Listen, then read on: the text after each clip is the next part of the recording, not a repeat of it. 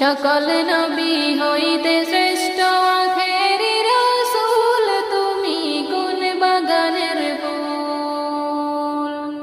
আরব দেশে জন্ম তোমার আব্দুল্লাহরই ঘরে, উদিল পূর্ণিমারি চাঁদ অতি অন্ধকারে। আরব দেশে জন্ম তোমার আব্দুল্লাহরই ঘরে, উদিল পূর্ণিমারি চাঁদ অতি অন্ধকারে।